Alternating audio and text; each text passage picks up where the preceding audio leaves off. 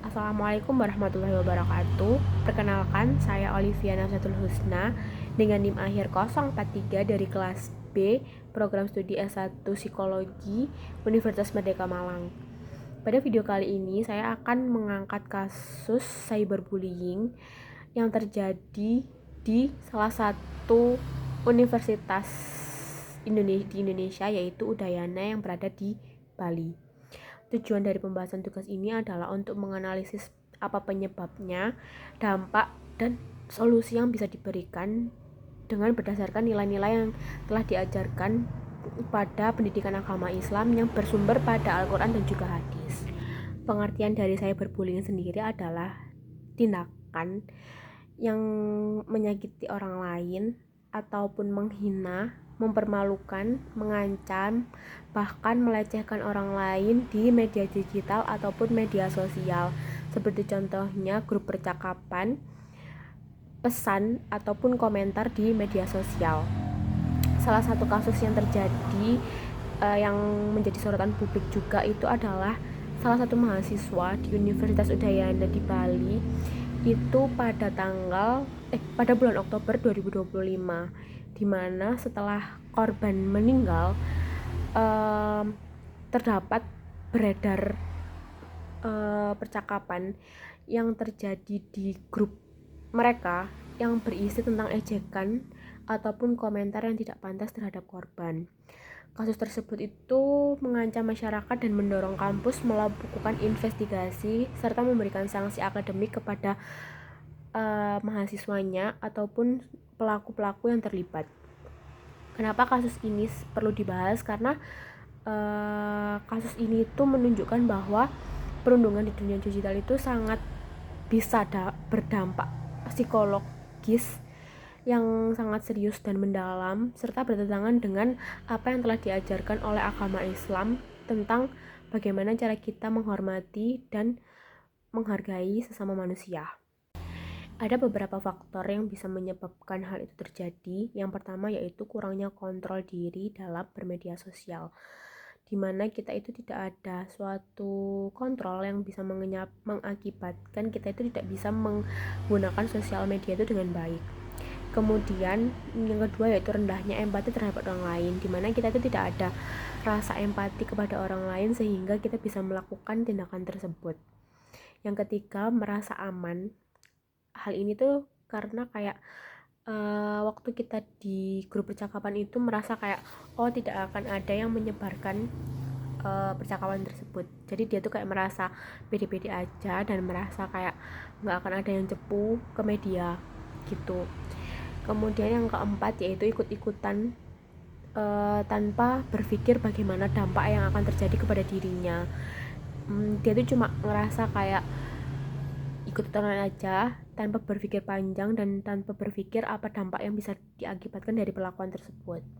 Kemudian yang terakhir yaitu rendahnya literasi digital dan juga rendahnya etika dalam bermedia sosial. Beberapa dampak juga terjadi bukan hanya kepada korban tapi juga berdampak kepada pelaku dan juga masyarakat. Dampak yang pertama yaitu dampak terhadap korban, di mana korban ini bisa menimbulkan stres kepada korban, bisa korban ini merasa cemas sehingga dia tuh bisa juga depresi, sehingga dari hal-hal tersebut itu korban ini bisa menarik diri dari lingkungan dan juga merasa tidak percaya diri ketika berada di lingkungan. Kemudian ada beberapa dampak juga yang dampak bagi pelaku. Yang pertama yaitu bisa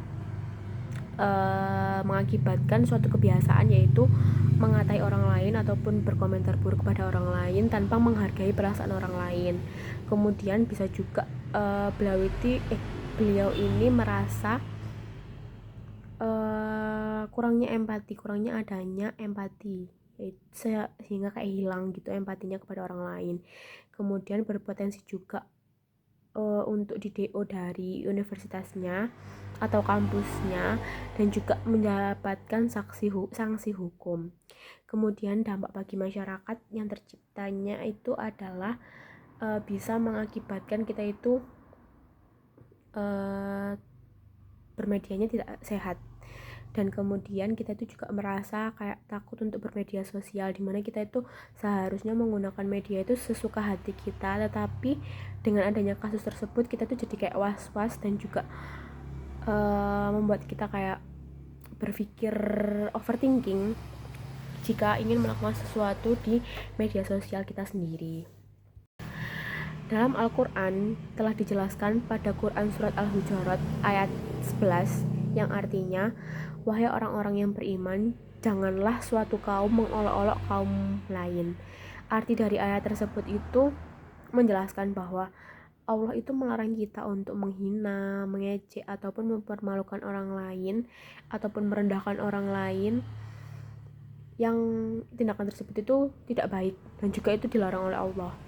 Kemudian di ayat 12 Quran Surat Al-Hujurat juga dijelaskan bahwa Allah melarang kita mencari-cari kesalahan orang lain, berprasangka buruk, dan juga menggunjing orang lain.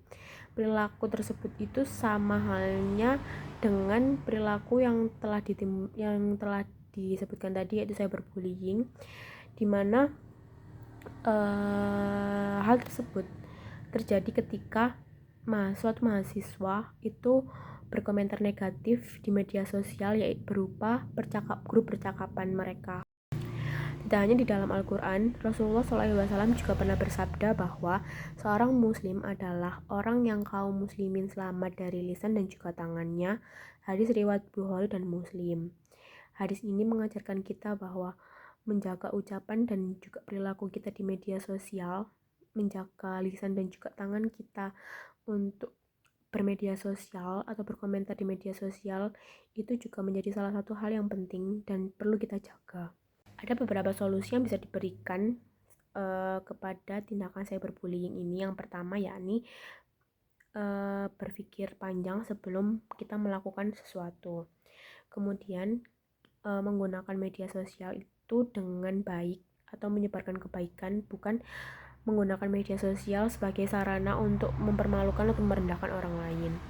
Kemudian lebih meningkatkan empati kepada orang lain atau sesama juga, dan juga tidak ikut-ikutan menyebar komentar yang bentuknya itu menghina orang lain. Kemudian jika memang ada orang yang melakukan atau merendahkan orang lain, itu kita tinggal report aja akunnya biar tidak terjadi perundungan yang terlalu berdampak pada korban, karena itu bisa dihindari daripada nanti keterusan. Kemudian memberikan dukungan kepada korban jika sudah terjadi atau sudah terlanjur, kita tuh bukan malah ikut-ikutan untuk membulinya, tapi kita juga harus melakukan dukungan kepada korban.